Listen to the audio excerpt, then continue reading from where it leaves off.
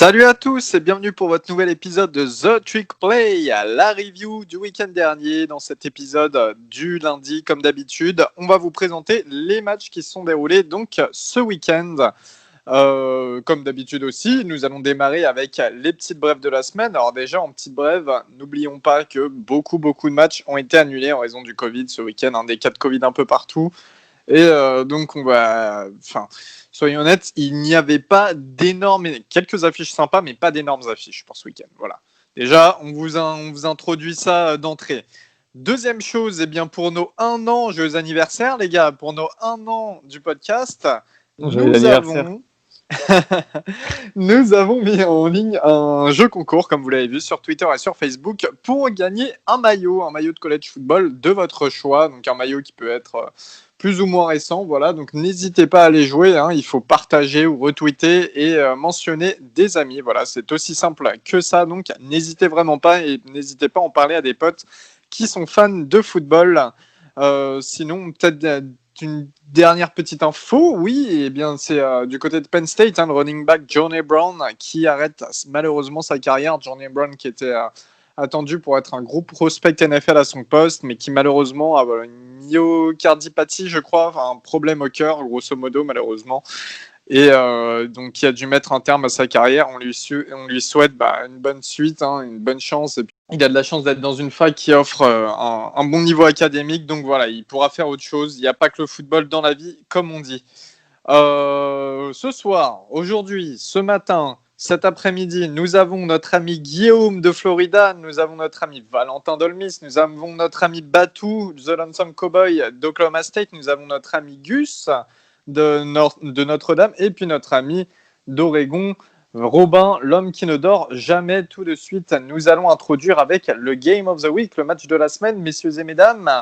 Pour ce match de la semaine, nous vous avons choisi UNC, l'université de Caroline du Nord, les Tar Heels, voilà, North Carolina qui recevait Wake Forest, et c'est une victoire 59-53 de North Carolina. C'était à 18h le coup d'envoi. On a un peu tous, certains d'entre nous ont regardé ce match un peu. Qu'est-ce que vous en avez pensé? Samuel qui bat des records, le quarterback de North Carolina dont on parle tant. Samuel, 550 yards, 6 touchdowns, une interception pour le sophomore. Énorme quand même, prestation XXL, alors que Wake Forest menait pendant longtemps et il y a une grosse remontée, je crois presque 20. En gros, pour ceux, le match se termine à 59-53 pour North Carolina, comme tu l'as dit. Sauf que il y a 45-31 pour Wake Forest jusqu'à, dans le troisième quart-temps, il y a 45-31. Donc on pense déjà à une victoire une victoire de Wake Forest, des Demon Deacons et North Carolina qui tombe encore plus bas alors qu'on pensait qu'ils étaient plutôt pas mal cette saison. Enfin, on avait prédit qu'ils soient pas mal cette saison. Et en fait, c'est leur remontada pour terminer à 59-53 et même 59-45. C'est Wake Forest qui marque juste avant la fin du match. 59-45, ils ont fait une remontada ils ont marqué énormément de points. Et ça fait... j'ai commencé le match en deuxième mi-temps. Désolé, j'ai pas été un bon élève sur cette fois-ci, mais très bon match. J'ai regardé le reste en replay. C'était intéressant et franchement, ça fait plaisir de voir un match avec plein de rebondissements qui, on sait pas trop où ça va mener. Donc voilà, je sais pas pour les autres, mais moi j'ai bien aimé tous les rebondissements du match et que en fait le comeback, ce soit pas un comeback vraiment ric-rac et qui font un peu de victoire en patron. North Carolina, c'est un peu le gros avantage qu'ils ont, c'est qu'ils finissent bien les matchs. Ils commencent mal, on l'a bien vu contre Florida State, etc. Donc contre Florida State, ça n'a pas marché, mais ils étaient bien remontés à la fin du match. Donc ouais, ils finissent bien les matchs et heureusement qu'ils marquent 28 points dans le quatrième quart-temps parce que sinon, ça aurait été la catastrophe pour eux. Alors moi, juste je rajouterais à ton analyse, heureusement surtout que la défense de North Carolina s'est réveillée au quatrième quart-temps, surtout avec leur linebacker star Chas Surratt. Il faisait vraiment, toute la défense, de toute façon, faisait un mauvais match. Quand tu prends 53 points, c'est que tu fais un mauvais match. Mais on va dire que heureusement que individuellement, ils ont réussi quelques big plays dans le quatrième quart-temps. notamment Chas Surratt qui sort un sac sur 4e tentative, si je me trompe pas, qui faisait vraiment un très mauvais match. Donc, je vais donner un petit peu de crédit à la défense, surtout. Pour le 4e quart-temps, ils ont réussi à stopper la bonne attaque de Wake Forest. Après, c'est sûr que voilà, niveau attaque, ça a été open bar pour les deux équipes et ça a été un festival offensif. Hein. On va pas se leurrer, c'était même un peu trop. C'était un peu trop. Mais bon. Et puis, pour ceux qui aiment les points, c'était bon. Et d'ailleurs, je pense que c'est un match qui va vraiment servir à North Carolina parce qu'on voyait depuis le début de l'année qu'ils avaient l'habitude de s'appuyer sur leur duo de running back Javonte Williams et Michael Carter. Et ils ont été relativement bien limités sur ce match par la D-line de Wake Forest. Donc du coup, ils s'en sont remis à leur quarterback Samuel et à leur receveur. Et le duo Newsome-Brown, 189 yards et 163 yards chacun, et évidemment aussi 2 TD chacun, 2 touchdowns chacun. Voilà. C'est vous dire à quel point l'attaque aérienne des Tar Heels est incroyable. Et d'ailleurs, juste pour finir, sur Michael Carter, il a montré de belles choses à la réception, ce qu'il n'avait pas encore montré tout au long de ce début de saison. Et là, ça a été vraiment intéressant. Donc, il pourrait avoir peut-être cette double casquette de porteur de ballon et bon receveur. Ouais, par contre, je pense qu'il faut aussi quand même parler un peu de Wake Forest, leur attaque principalement, qui fait un gros match. Parce que quand tu finis à 53-59, je pense qu'on peut tous dire que les défenses sont restées au vestiaire. Mais ils ont quand même mis 53 points à Wake Forest avec Sam Hartman qui finit à 430 yards quasiment et 4 TD pour 0 inter. Donc il lui aussi fait un très beau match. Il y a certaines mauvaises langues qui diront que si Jamie Newman est parti, c'est parce qu'il se serait fait bencher dans tous les cas. Mais ça, c'est un autre débat. Et il y a aussi leur running back, Christian Bill Smith, qui finit avec 17 courses pour 120 yards. Donc il fait lui aussi un bon match. Et donc voilà, pareil sur leur corps de receveurs, tu as Green et Robertson qui finissent tous les deux à plus de 100 yards et 2 TD. Donc il y a eu aussi du beau jeu offensif du côté de Wake Forest. Et juste pour finir sur ça, Elio, Carlos Basham, le defensive end star de Wake Forest, n'a pas fait un gros match. Hein. Il a un plaquage solo, un demi tackle for loss et un QB hurt, enfin donc un plaquage sur QB. Donc, il a été plutôt bien muselé par la O-line, mais il s'est pas montré non plus très décisif. Donc c'est pas vraiment un bon match pour lui en vue de la draft.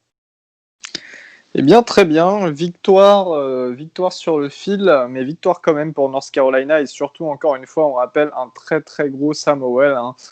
N'hésitez pas à aller voir les matchs de ce prospect. Il a lancé plus de 60 touchdowns en 2 saisons titulaires, en 21 matchs en tout. Voilà, 60 touchdowns en 21 matchs, sachant que c'est que sa 2e année universitaire. C'est juste incroyable. C'est aussi simple que ça. On passe tout de suite au top 25. On va vous présenter le top 25 avec voilà, toutes les équipes qui font partie du top 25 et qui ont joué ce week-end, pour le peu qu'il y en a. East Carolina, déjà, vendredi soir, qui se déplaçait du côté de Cincinnati. Les Ogres de Cincinnati qui se sont imposés 55-17. Voilà, un résultat peu surprenant. 3 touchdowns à la passe de Desmond Ridder, dont 1 à la course en plus. Messieurs, trop rien à dire sur ce match. On s'attendait tous à cette victoire. On en avait parlé dans le dernier épisode. Non, victoire tranquille de Cincinnati. En plus, Luke Fickell se permet de faire un fake punt pour histoire d'enfoncer encore plus East Carolina. Donc, victoire tranquille de Cincinnati, voilà, qui se place de plus en plus comme il frappe de plus en plus à la porte des playoffs. Hein. Ça va être ils sont à 7-0. Je pense qu'ils vont finir la saison invaincus. Il reste encore un gros match à venir contre Tulsa, dont on parlera un peu plus tard. Mais en tout cas, ils ont toutes les cartes dans leurs mains pour finir invaincus. Et pourquoi pas bouleverser un peu l'ordre établi du Power 5, des 4 équipes de Power 5 au College Football Playoff. Donc à suivre, hein, parce que ce qui est surtout impressionnant, c'est la manière. Là, encore une fois, ils les ont... j'ai pas d'autres mots. Ils les ont explosé, quoi, tout simplement. Donc Cincinnati signe encore une victoire référence contre les Pirates sont faibles cette année, hein, on va pas se mentir, mais en tout cas ils ont été très sérieux et il faut être sérieux, il faut tout le temps être sérieux en college football, ils l'ont été. Allers, le quarterback de East Carolina, a vécu un enfer avec 3 interceptions pendant que Desmond Ridder continue à faire du Desmond Ridder. Voilà, un joueur hyper excitant à voir jouer. Enfin, de toute façon, Cincinnati est une équipe hyper excitante à voir jouer. Et franchement, si vous avez l'occasion de regarder un match des Bearcats, n'hésitez pas. Alors, ils vont faire un gros bowl cette année sûrement, mais avant, notamment, je pense que le match contre Tulsa qui va être hyper important pour les deux équipes. Voilà, à garder dans son calendrier. Je crois qu'ils jouent le 5 décembre, si je dis pas de bêtises.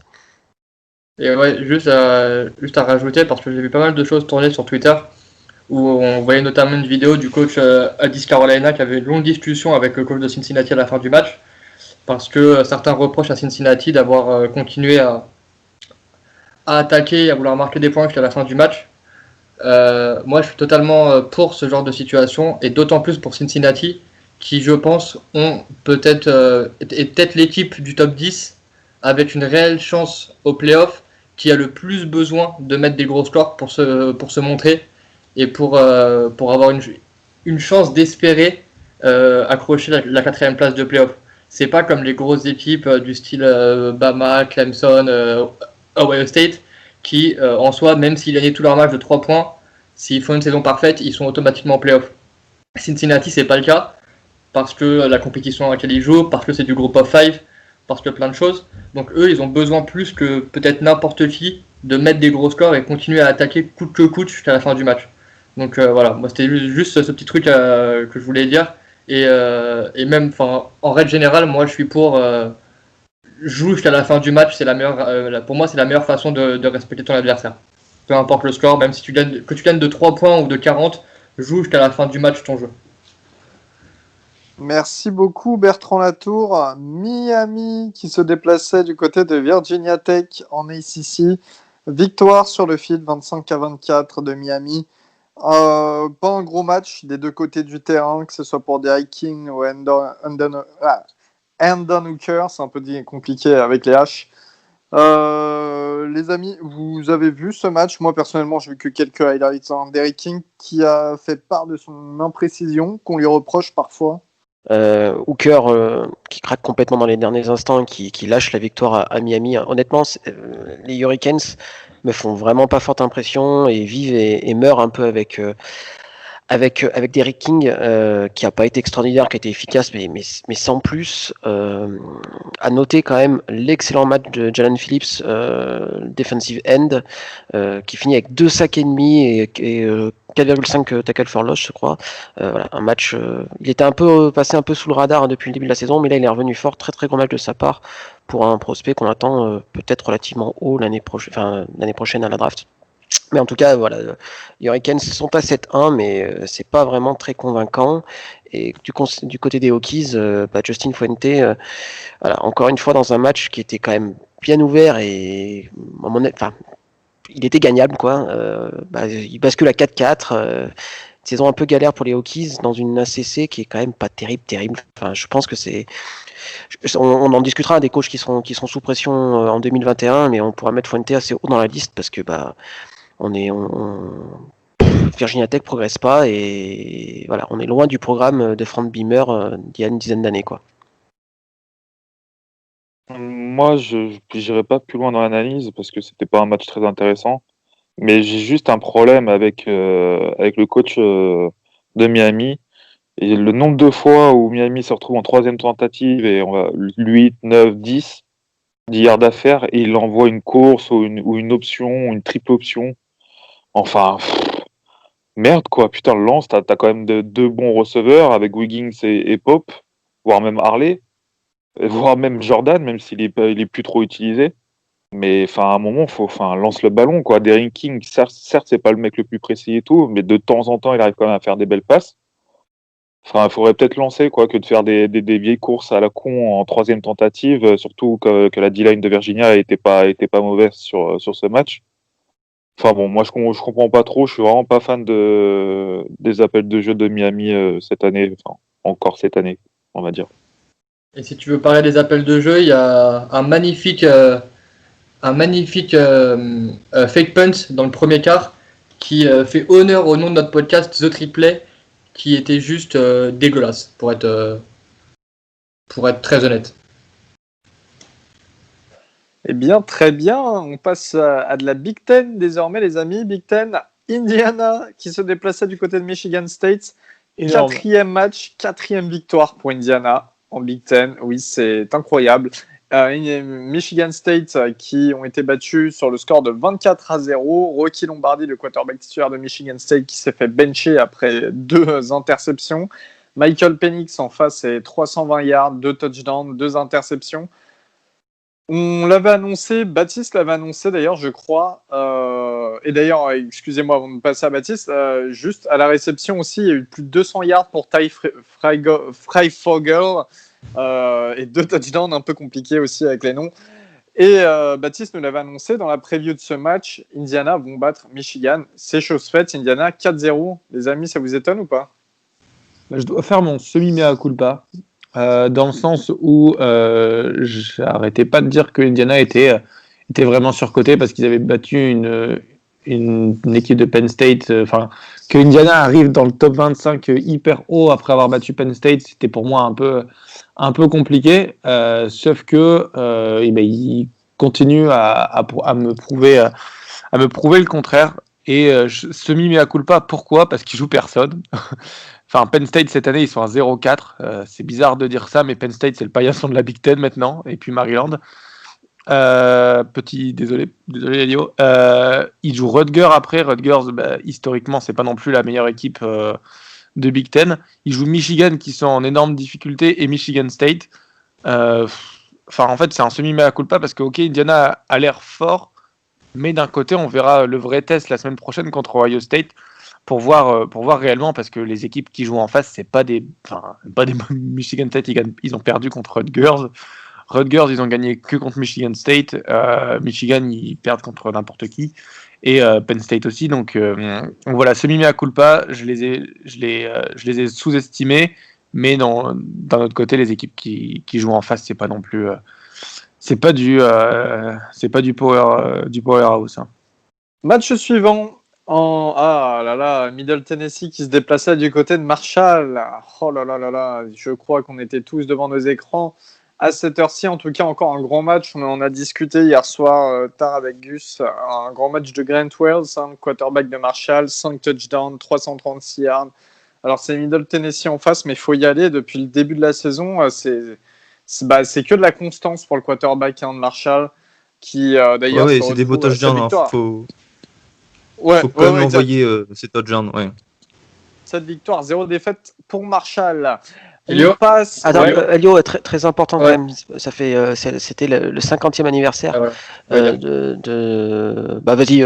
Kiki, je te laisse raconter l'histoire, la tragédie. 50e anniversaire de The Trick Play? Oui. Ah non, merde, t'as dit le mot tragédie, j'arrête.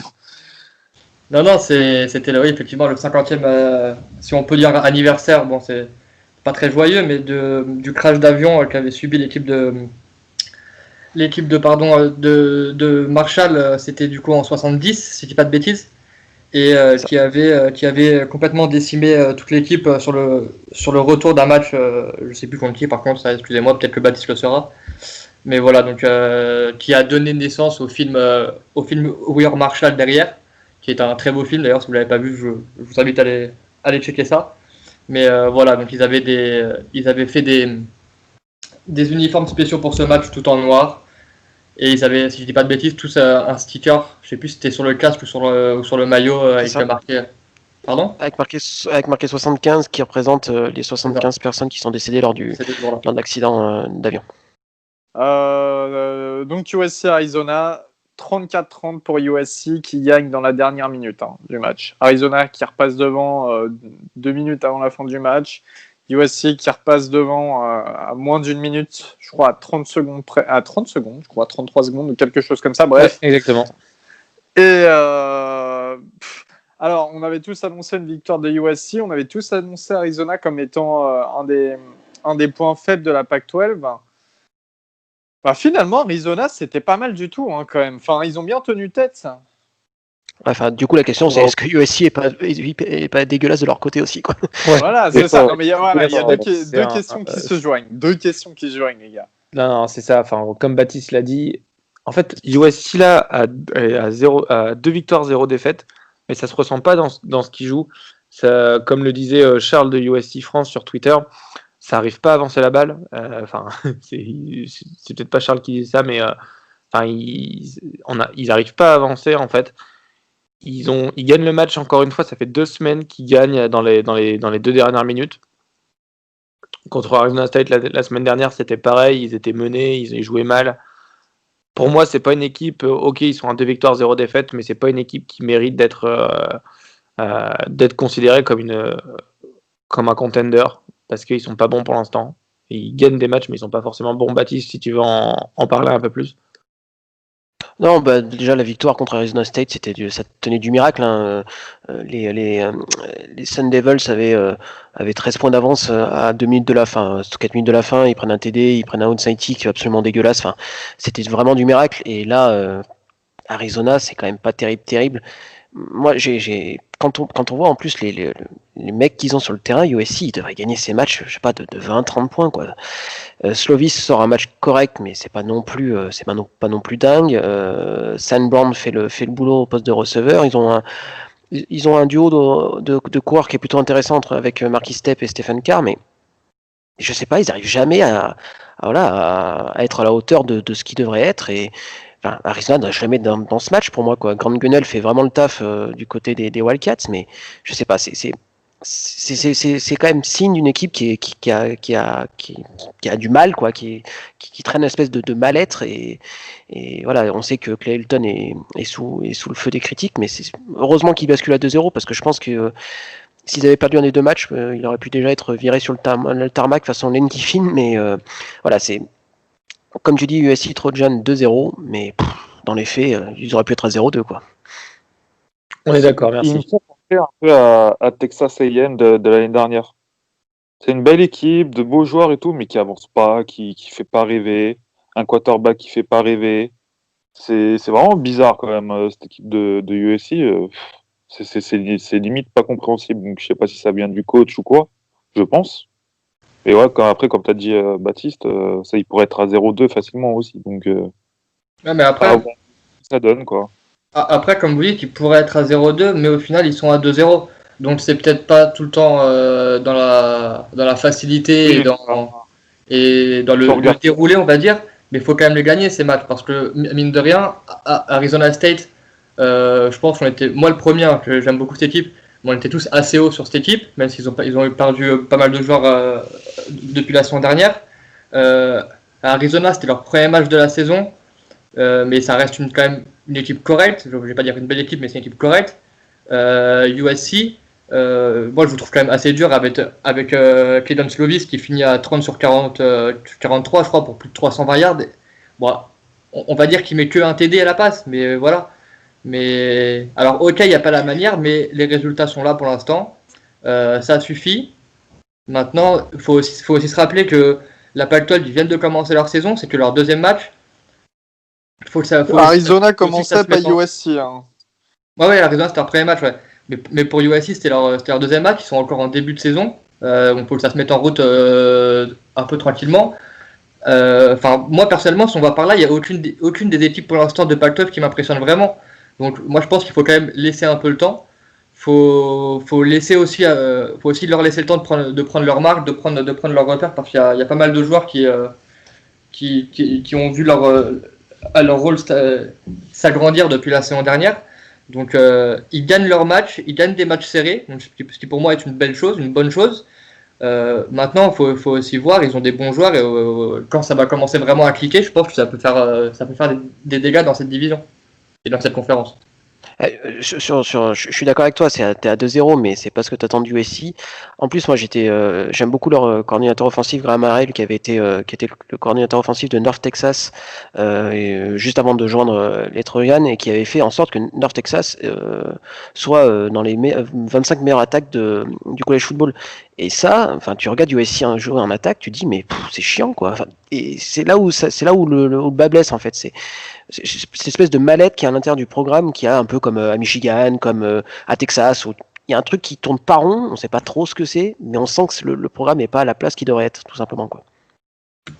Ah, mais ça met quand même plus de 30 points par match, tu vois, donc je veux bien que ce soit chiant, mais offensivement, c'est efficace, quoi. Là, Guigui, moi, encore une fois, là, on ne parle pas du tout d'Arizona. Mais Arizona, encore une fois, c'était une des équipes les moins en vue de Pac-12. Ils jouaient leur tout premier match, contrairement à USC. J'avais fait leur preview en début de saison. Sincèrement, USC doivent gagner largement plus facilement. Et enfin, il n'y a pas photo, Ouais. quoi. Après, en face, on avait parlé aussi la semaine dernière. On en avait parlé dans la preview de Grant Gunnell, le quarterback d'Arizona, qui fait un bon match, 3 touchdowns, une interception, 286 yards. Grant Gunnell, qui a d'ailleurs, j'avais été revérifié, qui a bien les records du nombre de yards à la passe et du nombre de touchdowns au lycée au Texas. Voilà, il est record. En tout cas, il a passé les records à l'époque. Ouais, juste pour préciser pour Gunnell, il fait un super drive à la fin pour mener Arizona parce que en fait USC repasse devant à quelque chose comme 2 minutes de la fin. Ensuite Arizona repasse et ensuite USC remarque. Enfin c'est bizarre. Il y a 3 touchdowns dans les 5 dernières minutes. Mais Grant Gunnell, il fait un bon drive pour remettre USC devant, alors qu'il y a 23, il me semble qu'il y a 27-23 pour USC, et pour faire passer Arizona devant à 30-27, ils sont plutôt pas, enfin, il fait un bon drive final, et c'est vrai que j'avais un peu peur après le départ de Khalil Tate à Arizona, et en fait, ils sont entre de bonnes mains avec Grant Gunnell, je trouve. Ouais, quand complètement. Même accompagné d'Arizona, ouais. Plutôt que de faire que du USC. Arizona, ils sont plutôt pas mal, ouais. Enfin, accompagné de Tavion Cunningham et Gary Brightwell aussi, qui ont fait un sacré travail sur ce match. Et juste, si vous pouvez aller voir la belle réception d'Amon-Ra St. Brown, le receveur de USC, qui devrait être aussi une des grosses attractions à ce poste à la prochaine draft, n'hésitez pas. Match suivant, Western Carolina, qui se déplaçait du côté de Liberty. Western Carolina, c'était leur premier match et seul match, je crois, cette saison. Grosse victoire 58-14 de Liberty. Malik Willis s'est promené, 3 touchdowns à la passe, 2 à la course. Nous n'allons pas épiloguer, mais Liberty, 8 victoires, 0 défaite après la victoire face à Virginia Tech la semaine dernière. En Big Ten, Northwestern qui se déplaçait du côté de Purdue. Alors un match un peu serré, Purdue qui était à 2 victoires, 0 défaite. Northwestern, 3 victoires, 0 défaite. Finalement, les Wildcats de Northwestern qui ont assez rapidement pris le large, puis après, qui se sont fait un peu rattraper, mais ils n'ont jamais vraiment été trop inquiétés. Et victoire 27-20 pour Northwestern, qui fait partie des meilleures équipes de Big Ten. Enfin, qu'on se le dise, des 3 équipes, je crois, qui ont un score, qui ont un bilan positif sans défaite en Big Ten, sont Wisconsin, mais c'est seulement 2 victoires, 0 défaite. Ohio State, 3 victoires, 0 défaite. Et Indiana et Northwestern, 4 victoires, 0 défaite. C'est quand même un peu fou, les gars, non? Ouais, c'est ce que j'allais dire. N'empêche, c'est quand même fou que Northwestern et Indiana, en Big Ten soient des leaders cette année, alors que globalement, c'est toujours un peu l'équipe. C'est pas des équipes qui occupent les devants de la scène. Chapeau à Northwestern, ouais. Ouais, juste après, si tu regardes Northwestern, ils ont quand même quelques joueurs clés, notamment avec Paddy Fisher, le linebacker. Ils ont un all-line, je ne me rappelle plus du nom, je l'ai cherché depuis tout à l'heure, mais je ne me rappelle plus, qui est quand même pressenti pour être drafté. Peyton Ramsey, c'est pas le pire des quarterbacks. Ils ont quand même quelques joueurs, au final, tu te dis, ouais, bon, ok. Moi, pour l'instant, ça me paraît logique. Et puis ils ont un des meilleurs coachs, ils ont un des meilleurs coachs du college football qui fait beaucoup avec peu finalement. Et c'est Fitzpatrick ou Fitzgerald, j'arrive plus. Fitzgerald, ouais. Fitzgerald, je crois que ça fait 8 saisons qu'il est là, un truc comme ça. Quand même. Ou beaucoup plus que ça. Ça fait Attends, plus, je dis des presque conneries, 15, je là. crois, si je dis pas de bêtises.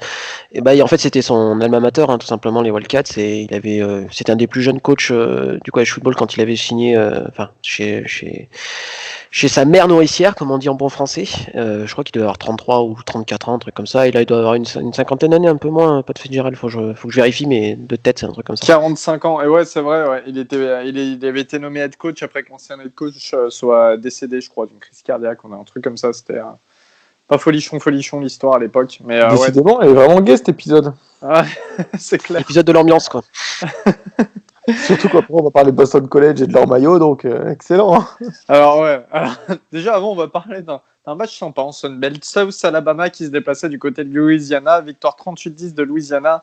Levi Lewis, le quarterback gaucher, c'est 3 touchdowns. Guigui, je te remercie d'avoir suivi ce match en détail d'ailleurs, et je te demande ton rapport et notamment comment s'est passé le match pour la O-line de South Alabama et leur left tackle, je crois que tu adorais. Ouais, c'était une catastrophe. Louisiana leur a roulé dessus et Louisiana ne m'impressionne pas plus que ça. Donc victoire facile de Louisiana. J'espérais que tu essaies de me foutre dans la merde une fois, c'est arrivé. Dommage, ça marchera pas cette fois. Va falloir continuer à travailler, Gilles Verdez. Hein. Allez, bah tiens, d'ailleurs, on va te laisser la parole parce qu'on sait qu'il y avait. Oh là là, on va te laisser la parole, mais pour combien de temps ça, on se demande. On sait qu'il y a Arkansas qui se déplaçait du côté de Florida. Alors c'était Enfin, vas-y, tiens, vas-y. Je sais que. Vas-y. Bah, c'était un très beau match déjà, on va commencer par là. Pour le coup, ce qu'on n'arrivait pas à faire ces dernières semaines, c'était se mettre à l'abri définitivement dans un match. On a réussi à le faire cette semaine contre Arkansas. Avec quel mot je peux utiliser pour parler de trash cette semaine que je n'ai pas utilisé, je ne sais pas. Il finit à 23 sur 29, 356 yards, 6 TD, 0 inter.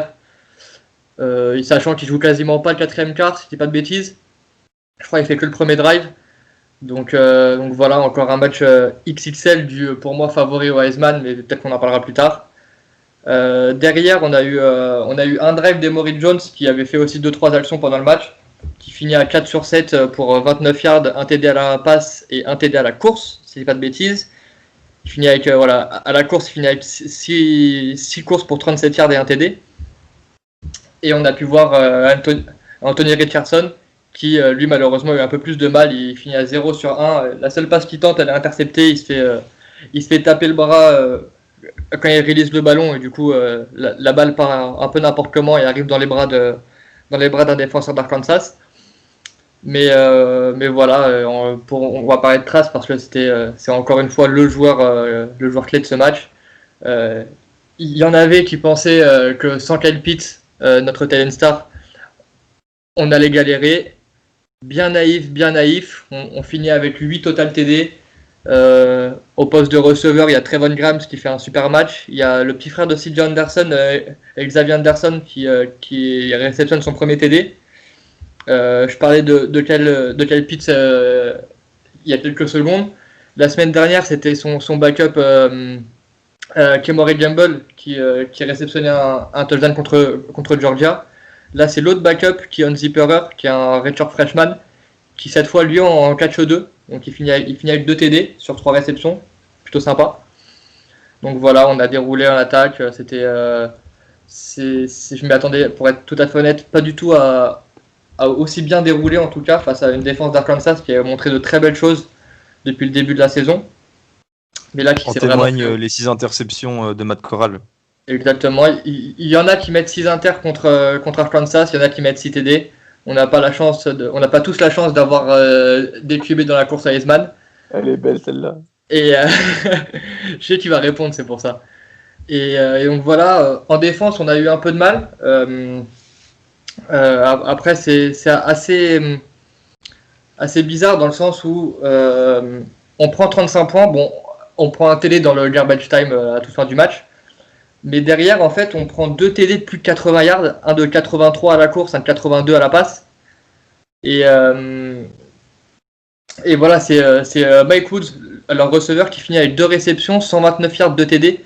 Donc en fait, on prend 3 TD qui sont vraiment des big plays purs et durs, où on se trouve totalement. Donc ça fait 21 points un peu gratuits, et ça fait beaucoup de yards à la clé. Et derrière, en fait, on a quand même réussi à bien museler cette attaque qui tournait plutôt pas mal jusque-là. Philippe Fuentes, donc l'ancien QB de Florida, fait pour le coup, il fait un bon match. Donc pour moi, vraiment, c'était un match parfait. Hein. Victoire facile de Florida, Philippe Fuentes qui fait un bon match, Kyle Trask qui est encore dans ses records. Fuentes qui finit à 15 sur 19 pour 2 TD 0 inter avec 250 yards. Donc voilà, c'était vraiment un super match. Donc Trask qui est devant les records de TD qui avaient été établis par Tua et Burrows l'année dernière. Sauf que lui, il joue que contre la SEC et il n'a pas les cupcake games contre Alabama Culinary School, là, je sais pas quoi. Attends, je vais te couper, voilà, justement, on va y venir. Parce que depuis tout à l'heure, tu blablates. Mais nous, on veut aller au fait. Kyle Trask, les amis, et Guigui, tu vas nous exposer tes arguments du pourquoi, du comment. Est-ce que vous pensez que Kyle Trask est un potentiel Aceman cette année? C'est le frontrunner pour l'instant. Pour moi, ça devrait être le frontrunner et ça ne l'est pas. Parce que pour exactement la même raison que peu importe ce qu'ils font, Trevor Lawrence et Justin Fields seront les choix 1 et 2. C'est tellement ancré maintenant quasiment dans l'inconscient collectif que ce sont les 2 meilleurs QB du college football. Donc pour répondre un peu à votre question, oui, pour moi c'est un Heisman, oui, ça devrait être le frontrunner. À mon avis, ça ne le sera pas, parce qu'il faut donner le trophée à Fields ou à Trevor Lawrence. Mais voilà.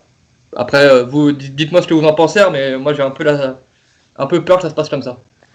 Moi perso, sincèrement, quand je vois Florida, les adversaires que vous avez, Kyle Trask qui minimum par match inscrit 4 touchdowns sur 6 matchs, 4 touchdowns au minimum, hein, j'ai bien dit. Enfin, pour moi, il n'y a pas photo, quoi. Il y a un moment, voilà, c'est pas parce qu'il s'appelle pas Lawrence ou qu'il s'appelle pas Fields ou qu'il s'appelle pas Jones. Bon, Jones, il arrive un peu plus tard dans la discussion, dans la conversation. Mais pour moi, Trask, c'est un frontrunner complet, quoi. Il y a rien à dire. Et s'il continue comme ça jusqu'à la fin de la saison et que Florida, vous allez très loin, pour moi, il n'y a pas de souci. Et puis moi, je trouve qu'il a l'avantage des stats, genre des records. Et ça tombe pas dans l'oreille d'un sourd, les statistiques de Trask. Et je pense que vraiment, ça va lui servir pour être dans la discussion du Heisman en fin d'année, quoi. Et je pense qu'il le sera, en tout cas, s'il continue comme ça, quoi. De toute manière, les statistiques, on pourra jamais les mettre de côté. Hein. Sinon, Bureau, il est pas. Enfin, vous voyez ce que je veux dire. Sinon, pourquoi Bureau plus qu'un autre? Enfin, les stats, on pourra jamais les mettre de côté. Donc, ouais, frérot, là, tu compares. Non, mais je compare l'incomparable aussi. Bureau, c'est Bureau. En CFB, il a fait la meilleure saison historiquement. Mais tu vois. Mais ça, je suis d'accord avec toi. Mais à l'heure actuelle, Trask a des meilleures stats contre que de la SEC. Et que Bureau, c'est ça. Et en pas plus, les deux. Pour moi, dire que Trask est nouveau Bureau, c'est son nom. Parce qu'il n'y a pas les mêmes. Finit très fort l'année, hein. Ça, il faut pas. Ouais, c'est ça. Il fait une deuxième partie d'année plus forte que sa première.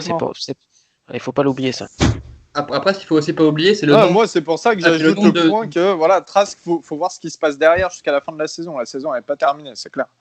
Ouais, c'est clair. Il y a surtout aussi, pour moi, ce qui est important de se rappeler, c'est que combien il y a eu de first rounder skills players de LSU juste l'année dernière, hein, sans compter Jamar Chase. Premier ou deuxième tour. Hein. Parce qu'il y a un paquet qui sont sortis de là-bas l'année dernière. Cette année, il n'y en aura pas. Non, mais on va pas faire du débat Bureau Trask, parce que Bureau, c'est clairement la folie, c'est incroyable. Ce que je voulais juste dire, c'est que les stats, bien sûr, ont toujours en ligne de compte. Et je parlais de Bureau parce que c'était la saison dernière, mais on regarde Kyler Murray ou Baker Mayfield, c'est les stats qui sont rentrés en ligne de compte. Alors pourquoi pas avec Trask cette année? Pourquoi? Parce qu'il n'a pas le nom Lawrence sur le dos? Je trouverais ça totalement très clairement débile. Oui, parce que je trouve ça débile. Personnellement, je vois archi pas le comité laisser partir Trevor Lawrence ou Justin Fields sans que aucun n'ait le Heisman Trophy en carrière. parce que ça fait tellement 2 ans qu'ils nous bourrent à tous le melon avec ces deux-là, particulièrement avec Trevor Lawrence d'ailleurs, qu'à un moment donné ou un autre, ça va, consciemment ou non, ça va être ah ouais, mais Trevor Lawrence, il a jamais eu le Heisman, donc on va peut-être lui donner pour l'ensemble de son œuvre. Tu vois ce que je veux dire? Je suis pas d'accord avec toi. Je vais te donner un contre-exemple tout simple. Tua, lors de son année sophomore, il se fait. Tout le monde s'attend à ce qu'il gagne le Heisman, et il le perd contre Kyler Murray, notamment à cause des finales de conférence, alors que tout le monde l'avait donné gagnant tout au long de l'année. C'était le grand favori. Il faisait des stats. Il jouait pas souvent les quatrièmes cartons. Je sais pas si vous vous souvenez. Du coup, ses stats étaient bonnes, mais pas extraordinaires. Et au bout d'un moment, on regarde la fiche de stats. Kyler Murray, il l'a eu. Baker Mayfield, il l'a eu. Comme disait Elio, c'était notamment la fiche de stats. Et si Kyle Trask fait la meilleure saison statistique et la meilleure saison de tout court de quarterback, il l'aura. Et puis, et il sort de Florida, il sort pas de East Carolina A&M. Enfin, vous êtes quand même sous le feu des projecteurs. Respect East Carolina AM. Voilà, donc tu peux pas dire on fait une petite fac, on est à l'ombre de Clemson et Ohio State ou de Trevor Lawrence et Justin Fields. S'il fait la meilleure saison de l'année, il aura le Heisman, aussi simple que ça. Honnêtement, je suis pas sûr qu'il y ait de calcul politique tant que ça à la sortie.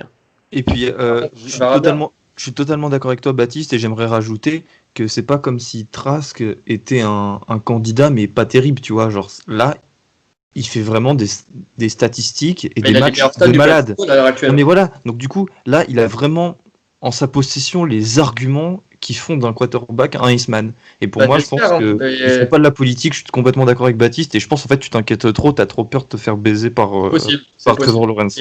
Et j'espère que vous aurez raison, pour une fois, j'espère avoir tort. En tout cas, si je peux dire, je pense... Juste, Elio, désolé, parce que je pense que je suis l'avis le plus important à ce moment-là. et je pense que Guillaume, écoute-moi bien. Guillaume, tu m'écoutes, s'il te plaît. Ouais, je t'écoute. Je pense que Kyle Trask est Iceman cette année. Pour moi, Trevor Lawrence n'a pas à être Iceman, pour l'instant, je dis bien, ni Justin Fields. Pour moi, Kyle Trask est Iceman. Après, pour être tout à fait honnête, je vais juste finir là-dessus. Je pense que son Heisman, il le gagne ou il le perd contre Bama. S'il sort encore 4-5 TD contre Bama et qu'on gagne le match, là, et que derrière, Trask n'a pas son Heisman, sur la tête d'un chat, je suis dans le premier avion. Bon, très bien. On verra en tout cas, mais c'est un débat qui reste ouvert jusqu'à la désignation du Heisman. Robin, Oregon qui se déplaçait du côté de Washington State. Washington State et Wazoo qui vous ont posé quand même pas mal de problèmes, je crois. Ouais, merci. Merci Elio pour cette introduction. Clairement, on a tous vu tes tweets, on les a vus. Le score final, c'est 43-29 pour Oregon. Sauf que, écoutez bien, la première mi-temps et la deuxième mi-temps, c'est totalement différent. On est une équipe totalement différente en deuxième mi-temps, que ce soit pour le match contre Stanford la semaine dernière et celui-là. En fait, en première mi-temps, on a toujours du mal avec les plaquages, mais en deuxième mi-temps aussi. Mais en attaque, on a été très mauvais en première mi-temps. Pour vous dire un peu, à la mi-temps, ça faisait 19-14, sauf que on marque dans les dernières secondes grâce à un retour de kick-off et ensuite une longue passe magnifique. Et une longue passe, sinon c'était 19-7 à la mi-temps. Donc très inquiet pour Oregon à la mi-temps. Encore une fois, je le dis, mais on manque trop de plaquage. La défense sur le papier, c'est censé être une des meilleures défenses du pays, et au final, on se prend des yards à l'appel. 3 turnovers pour Oregon en première mi-temps, une interception de Tyler Shough et 2 fumbles.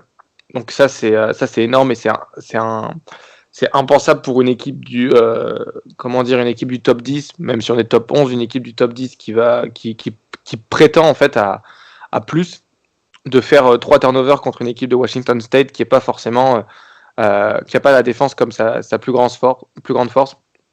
J'aimerais remettre quand même ce qu'on appelle les ball games, les balles de match à quelques joueurs. Donc, premier joueur, c'est CJ Verdell, le running back. Encore une fois, c'est un prétendant c'est un des meilleurs running backs de la draft à venir. je dirais un top 5 des running backs de la draft à venir. Il fait 18 portées, 118 yards, un touchdown, mais à chaque fois, c'est des portées clés. Et sinon, en deuxième ball game, on a le running back aussi Travis Dye, qui est le frère de Troy Dye, qui finit avec avec 2 touchdowns à la réception. À la course, il fait 54 yards. Et à la réception, il fait 87 yards. Donc en tout, en scrimmage, il est très bon. Et c'est lui qui nous permet de mener Washington State, de prendre le large face à Washington State. Assez clutch. Et dernièrement, le Jalen Red, ouais, c'est ça, c'est Jalen Red, le receveur senior, qui finit avec 100 yards à la réception, 99 yards à la réception, mais 20 yards de moyenne. Il est vraiment bon. Il finit avec un TD à la course. Et mine de rien, en fait, il a vraiment step up cette année. Et ça permet à Tyler Shough, le nouveau quarterback, de pouvoir respirer un peu. En défense, je suis un peu déçu de pas avoir mis beaucoup la pression. On n'a qu'un seul sac. Et c'est un sac qui vient de Noah Swell, encore une fois le linebacker d'Oregon, le freshman. Noah Swell qui fait encore une fois un bon match, il fait 4 plaquages solo, un sac et un plaquage pour perte. Il a plutôt été pas mal. Je l'ai répété dans le live tweet, mais on a vraiment des problèmes de plaquage.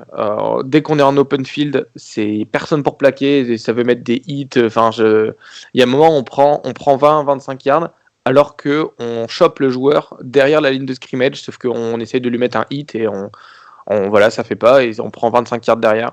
Surtout que c'était en 3e tentative en plus. Voilà, j'ai eu peur pour Oregon. Et ça pose des questions pour la semaine suivante. La semaine prochaine, on joue à UCLA. UCLA qui n'est pas non plus la meilleure équipe de Pac-12, mais qui a beaucoup de vitesse et qui joue beaucoup dans l'espace. Donc j'ai peur qu'on se prenne une slant qui fasse 50 yards. Mais sinon, belle victoire. Assez convaincante en deuxième mi-temps. On marque 22 points dans le 4e quart-temps. On arrive bien à remonter. On fait un bon petit run. On fait 29-10 en deuxième mi-temps. Donc ça, c'est pas mal. Sauf que, encore une fois, on commence assez mal.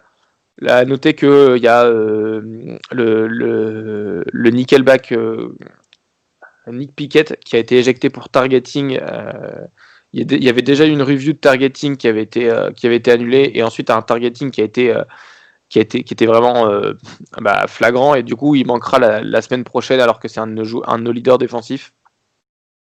Donc voilà, en ce qui concerne Washington State, pour donner un peu les nouvelles du freshman Jaden Delora de Hawaï. Donc pour moi il est dans la lignée des quarterbacks de Hawaï, des quarterbacks lycéens venant d'Hawaï, avec du Marcus Mariota, Tua, etc., qui sont des bons petits quarterbacks de college football. Il finit avec 321 yards, 2 touchdowns. Il était plutôt pas mal en première mi-temps, sauf qu'en deuxième mi-temps, ça a été plus compliqué parce qu'on a moins laissé de place et on a aussi beaucoup plus mis la pression. Sinon, on a été encore une fois assez mauvais contre la course. McIntosh, le running back de Washington State, il finit à 92 yards. Ça, c'est dommage pour Oregon, alors qu'on est censé avoir une très bonne défense. À noter que Kevin Thibodeau, il fait toujours pas de sac, parce qu'on fait que rusher 3 personnes, donc 3 contre 6 ou 3 contre 5 des fois.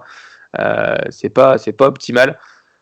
Voilà, en somme on peut conclure avec ça. Washington State a été bon en première mi-temps et Oregon a été très bon en deuxième mi-temps, ce qui nous permet de gagner 43-29.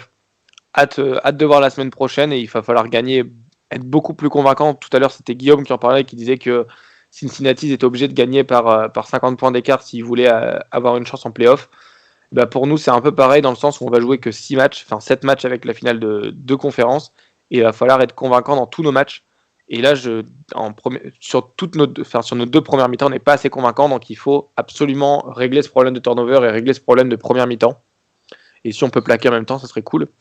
Donc voilà, je pense que j'ai pas grand chose à dire de plus. C'était un match plaisant à voir en deuxième mi-temps, mais voilà, hâte d'aller à la semaine prochaine. Et juste un petit mot pour Joe Moorhead, le coordinateur offensif, qui a changé ma vie, qui arrête de faire des running back dive enfin 3 running back dives d'affilée enfin il joue avec le playbook de Adam Gase, enfin n'importe quoi. L'année dernière c'était Marcus Arroyo qui jouait avec ça, et du coup maintenant Joe Moorhead il fait vraiment du play calling créatif, il y a toujours 3-4 options, on peut soit courir, etc. Enfin c'est très bien, et en plus il se sert des capacités de Tyler Shough, donc énorme. Ça fait plaisir d'avoir un coordinateur offensif qui sait s'y prendre. Donc voilà, merci à tous pour l'écoute. Avec plaisir. On passe, après cette victoire d'Oregon, on passe à la Big Ten, Wisconsin, qui se déplaçait du côté de Michigan. Victoire 49-11 de Wisconsin. Alors là, Michigan, c'est juste un désastre total.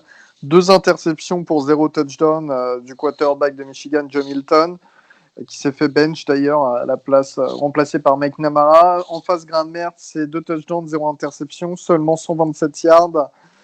Et voilà, beaucoup de jeux à la course aussi du côté de Wisconsin, beaucoup de turnovers pour l'équipe de Madison. Il n'y a pas grand-chose à dire sur ce match, si ce n'est qu'en fait, Michigan reste sur le prolongement, si je puis dire, de ce qu'ils ont montré depuis le début de saison.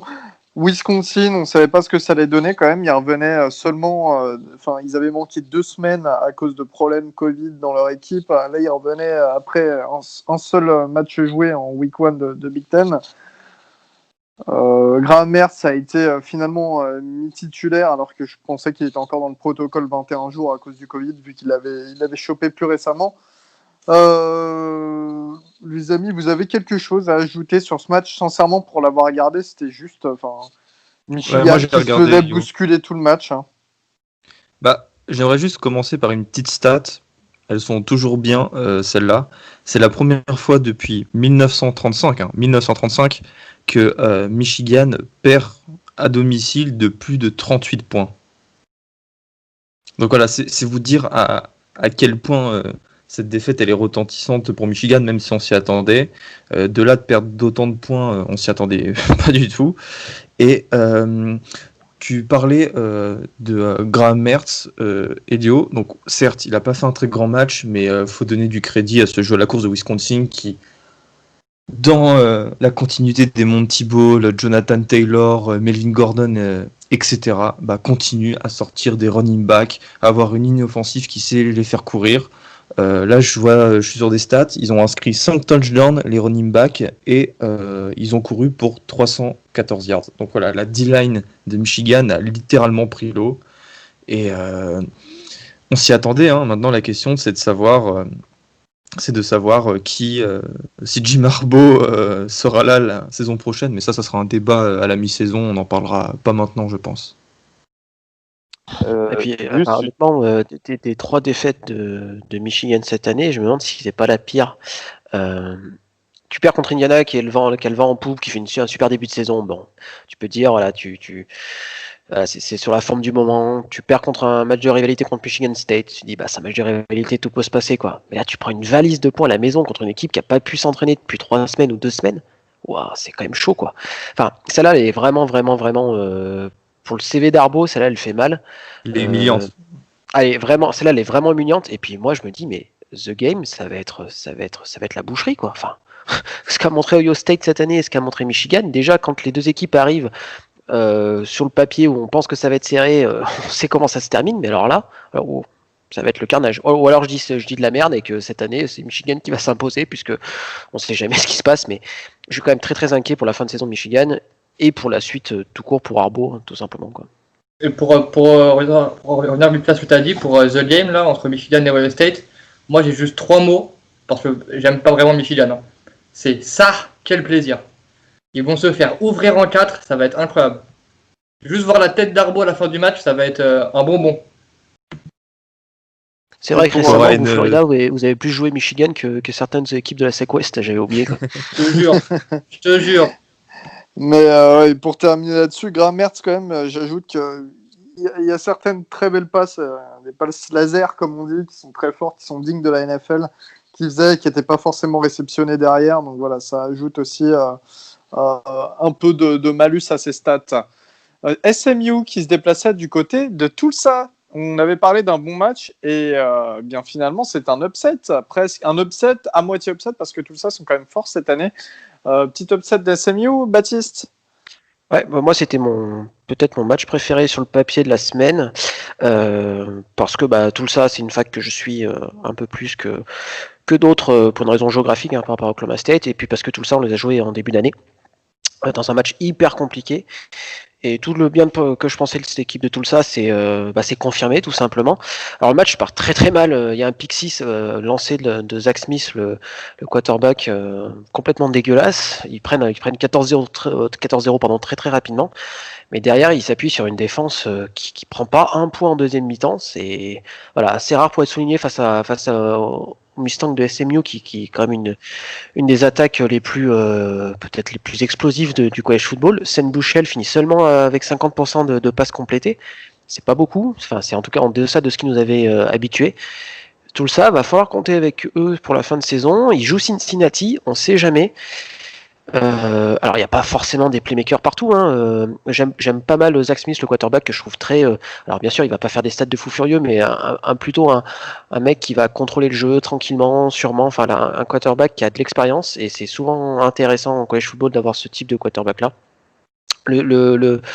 Le coureur Tika Wilkerson est plutôt sympa aussi à avoir joué. Alors pareil, il fera jamais des très longues courses, mais voilà, c'est besogneux, c'est à l'image de cette équipe de Tulsa finalement. Et allez, un petit joueur que j'aime bien en défense, Zaven Collins, le linebacker, qui est de l'Oklahoma tout simplement, qui n'a pas été recruté ni par OU ni par OSU à sa sortie du lycée, mais voilà, qui progresse et qui est un super joueur, un super linebacker, qui est un peu partout. Donc là, il finit avec un sac, 2 tackles for loss, une interception. Enfin voilà, c'est un super joueur, et ça m'étonnerait pas qu'on le voie monter dans les mock drafts petit à petit. Donc voilà, attention aux Golden Hurricanes qui confirment leur statut d'équipe pénible à jouer.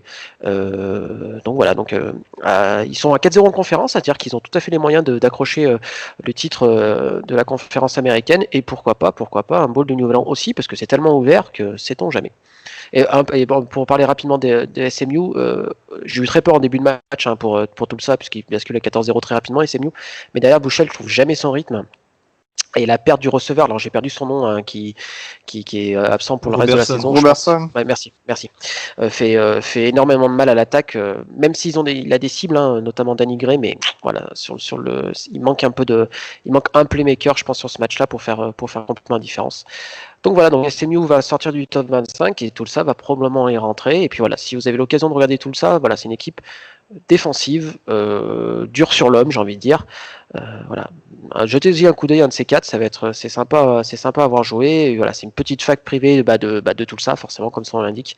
Donc ils sont pas toujours sur l'effet du projecteur, mais cette équipe-là est agréable à avoir joué, surtout si vous aimez une belle défense. Et j'ajoute, Junior Ao a fait un plaquage. Ouais, il a fait un plaquage et un demi-tackle for loss. Junior Ao, notre français national. Merci Baptiste. On repasse et on termine le top 25 là-dessus. L'ACC, Notre-Dame qui se déplaçait du côté de Boston College à 21h30 en France samedi dernier. Gus, comment s'est passé ce match pour Notre-Dame ? Est-ce que Yann Book est un meilleur quarterback que Matt Corral ? Meilleur quarterback, si on le voit en tant que prospect NFL, non, mais je continue à penser que c'est un meilleur quarterback de college football. Bref, passons ce débat parce qu'il va être interminable et je vais m'attirer les foudres du Cletus du Mississippi. On gagne 45-31, donc grosse victoire. Boston College a marqué à la fin un peu en garbage time, donc le score n'est pas trop éloquent. Et en fait, j'avais peur avant ce match que Notre-Dame soit encore sur sa victoire face à Clemson, mais ce ne fut pas le cas. Grand heureusement, même si on a eu du mal à commencer le match, puisque Boston College a inscrit le premier touchdown avec Zay Flowers, un bon receveur, je trouve, et avec un Phil Jurkovec, notre ancien quarterback, qui a fait des belles choses.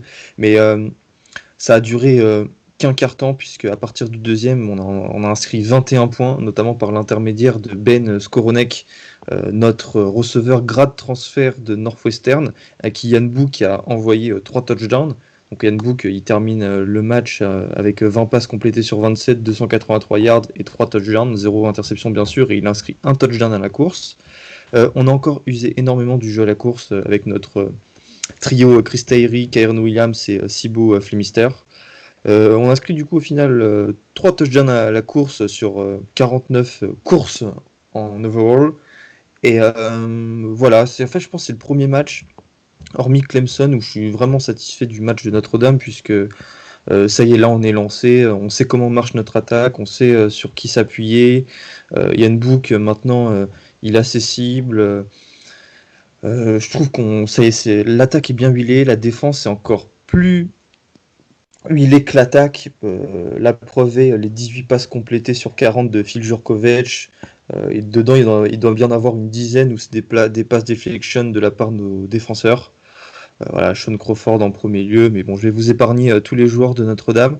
Je vais terminer sur un point négatif, c'est les fumbles. On fait encore trop de fumbles et on leur a donné trop de ballons pour revenir coller au score, et on aurait pu mettre sans ces fumbles beaucoup plus de points, mais bon, vous allez me dire que c'est le football américain, ça fait partie du jeu, donc voilà. Je reste néanmoins plutôt content de notre victoire à Boston. Et d'ailleurs, un petit mot pour. Il y avait pardon, Elio, il y a eu un moment en début de match là où il y a un fumble récupéré par Boston College qui peut avoir l'opportunité de mener 14-3 si mes souvenirs sont bons. Oui, mais après, gros stop défensif. C'est ça. Je pense que c'est peut-être il y a effectivement un gros écart à la sortie du match, mais peut-être le point tournant du match si Boston College bascule à 14-3, on sait jamais, enfin voilà. Mais ça a été un moment hyper important, je pense, dans la dramaturgie du match, et voilà, victoire contre Notre-Dame, comme tu as dit, quoi. Et j'ajouterais que Boston College jouait avec le maillot, le Red Bandana. Voilà, le Red Bandana, c'est en hommage à il y a une trentaine d'années, un ancien étudiant de l'université de Boston College qui était dans l'équipe de lacrosse, il me semble, et voilà, qui était pompier volontaire et qui est mort durant les attentats du 11 septembre. Et il a sauvé plusieurs vies, et il portait ce jour-là un petit bandana rouge, et c'est de là que vient ce maillot. C'est un bandana rouge qu'il portait depuis la naissance et qu'il mettait lors de ses matchs de lacrosse à Boston. Ah voilà, c'est ça, ouais. Et ouais, pompier volontaire, mais à ce moment-là, dans les tours, il était dans la tour sud, il travaillait, il travaillait dans un des bureaux, et puis avec ses expériences de pompier, eh bien, il a sauvé pas mal de vies avant de lui périr, et c'est un bel hommage en tout cas, surtout avec ce magnifique maillot. Voilà, on a terminé le top 25. On va vous présenter très rapidement le résumé d'Augustin du Group of 5. C'est parti, hein. Nevada qui a battu New Mexico 27-20, pas grand chose à dire sur ce match. UCF qui sort d'une belle victoire face à Temple, 38-13, encore un gros match de Dion Gabriel face au quarterback de Rousseau, voilà, c'est ça, j'avais oublié son nom.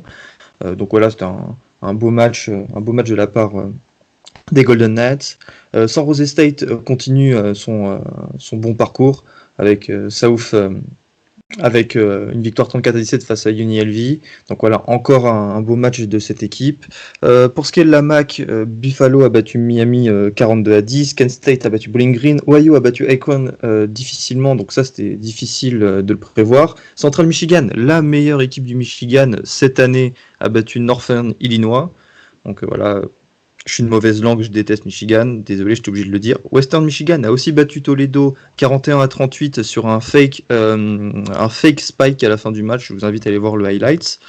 Boise State a battu Colorado State 52-21, un match super cool où il y a eu des 3 touchdowns, il me semble, de la special team de Boise State. Florida Atlantic a battu Florida International dans un derby de Floride. Sinon, il y avait Army Tulane. Donc Army s'est fait éclater par Tulane, ça on s'y attendait pas tellement. 38-12, notamment sur un beau touchdown.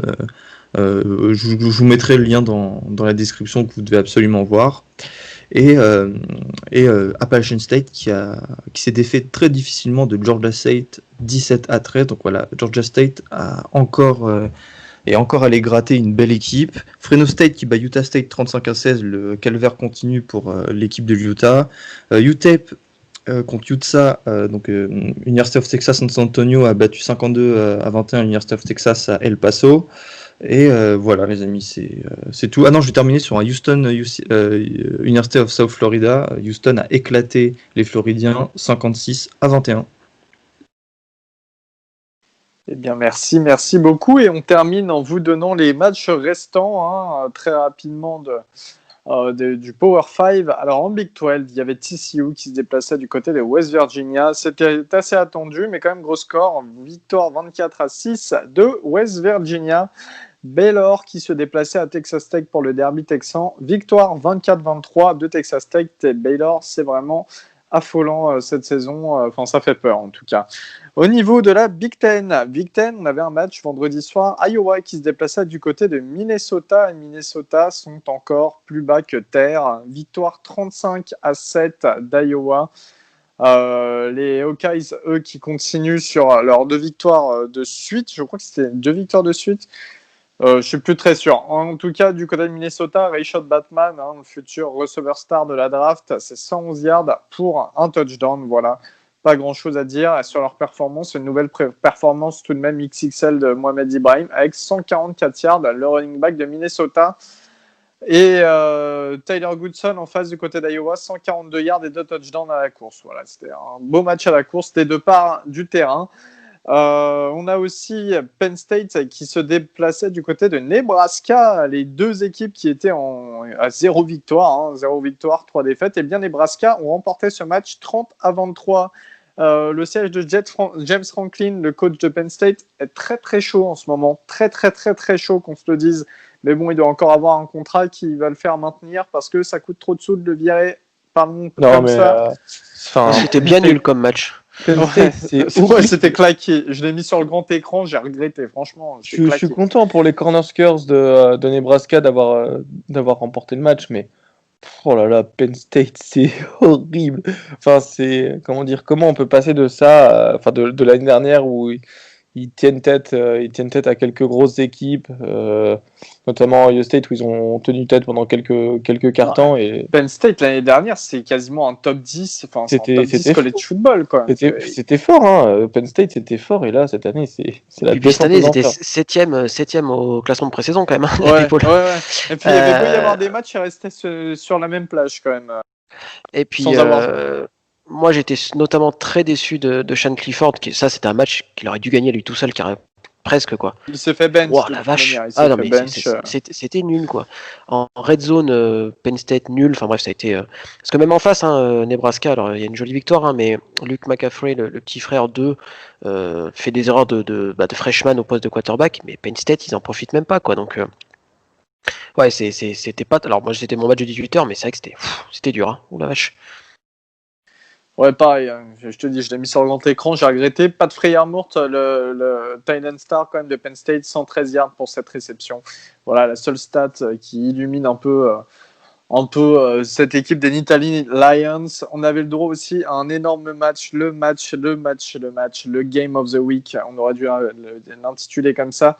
Illinois qui se déplaçait du côté de Rutgers et victoire 23-20 d'Illinois après avoir longtemps galéré dans ce match.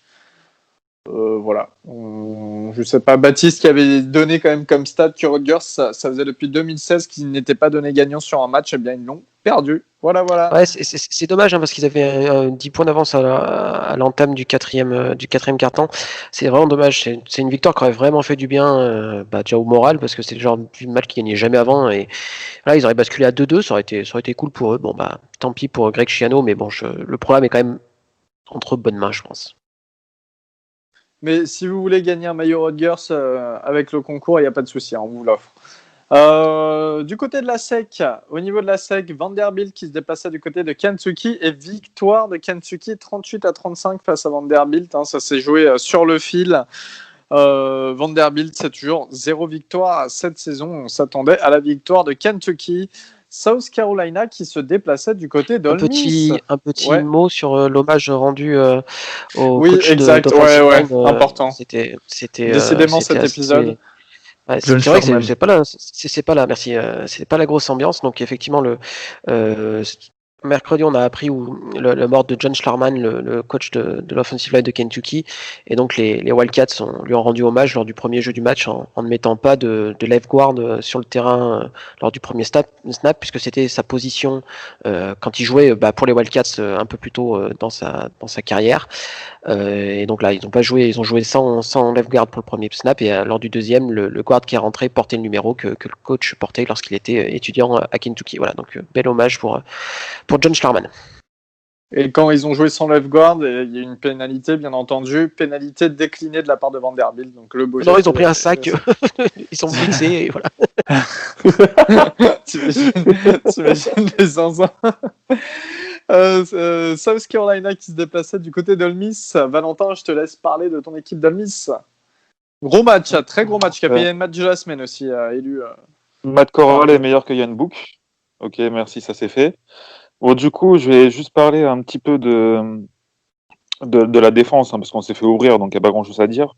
Juste, je dirais que AJ Finlay montre encore de bonnes capacités en défense, surtout à son poste de cornerback. Il a quand même réussi une interception, c'est déjà sa 3e de l'année, enfin de la saison, pardon.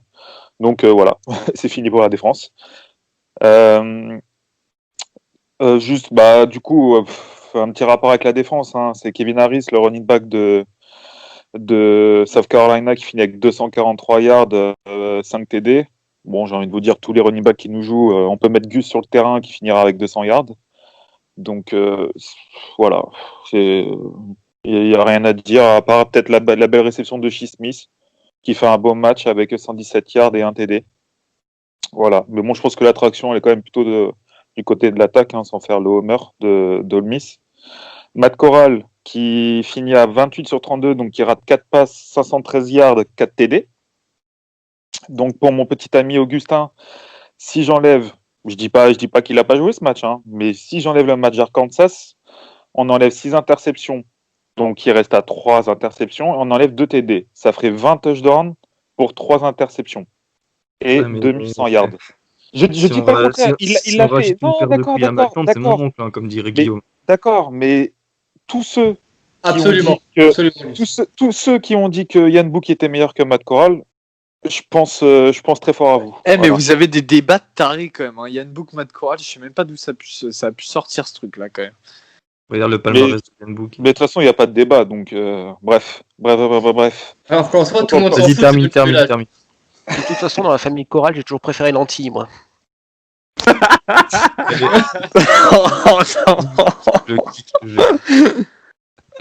Je me suis jamais occupé de toi, Baptiste, mais commence pas, s'il te plaît. Parce que moi, je t'aime bien. Bon, du coup, Matt Corral, encore une performance XXL. Je sais plus c'est quoi ce qu'il a gagné encore comme record et tout, comme récompense. Enfin, il a gagné un paquet encore sur ce match-là. Val, oui. si je dis pas de conneries, le record que vous avez battu cette semaine, c'était le plus grand nombre de yards offensifs dans l'histoire d'Ole Miss. Oui, c'est ça, ouais, avec plus de 600 yards, 680, un truc comme ça. C'est pas dans l'histoire de la SEC?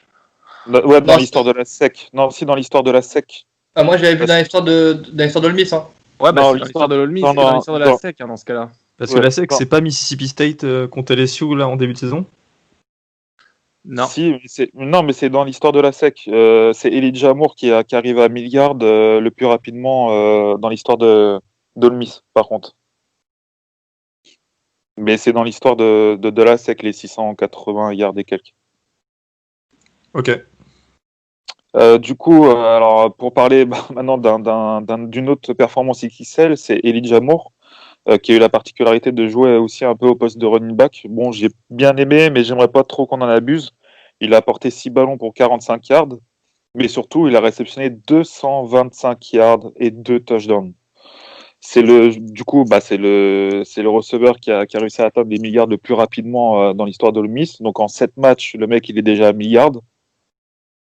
C'est vous dire combien ce joueur est fort et très important pour notre attaque. Donc il a mis 54 yards là, et très exactement, et 8 touchdowns.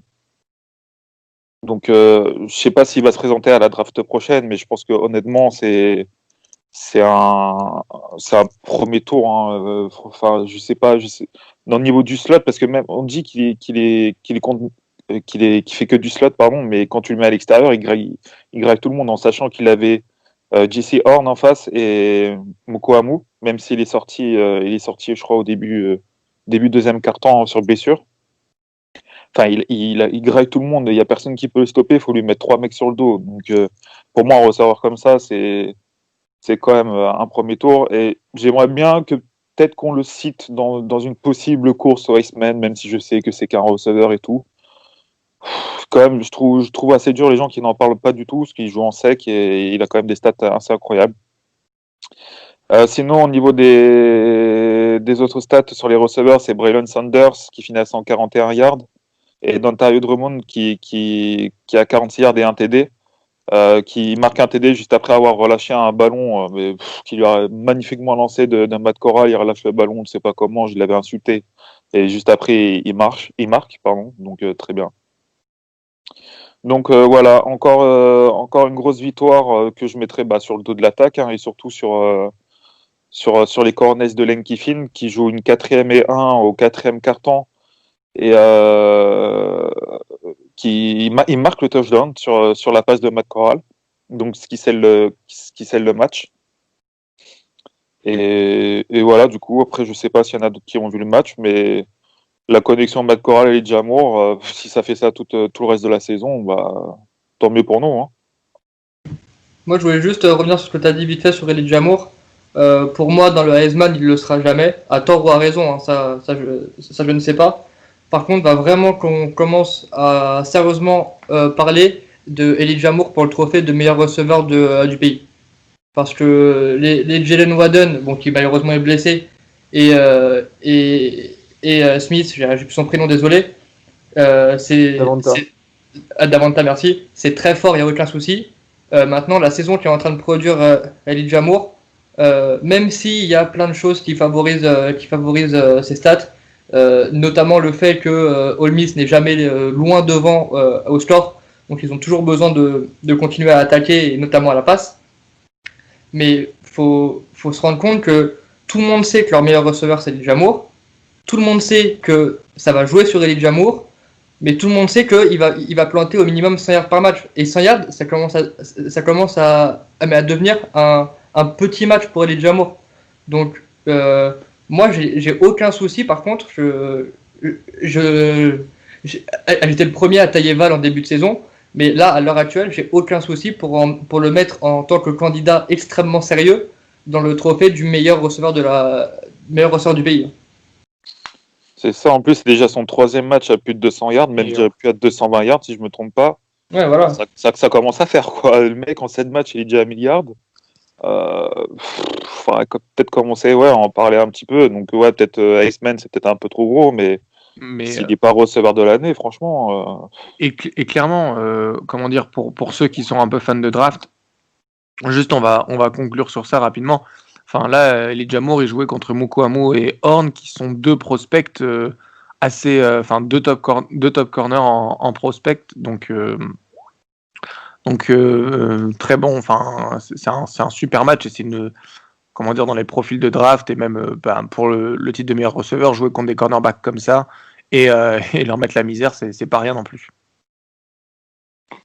Victoire donc d'Ole Miss 59-42 face à South Carolina. Il y avait aussi quelques autres matchs en Pac-12 déjà. Colorado qui se déplaçait du côté de Stanford et victoire 35-32 de Colorado qui avait déjà pris de l'avance et Stanford qui sont montés en fin de match.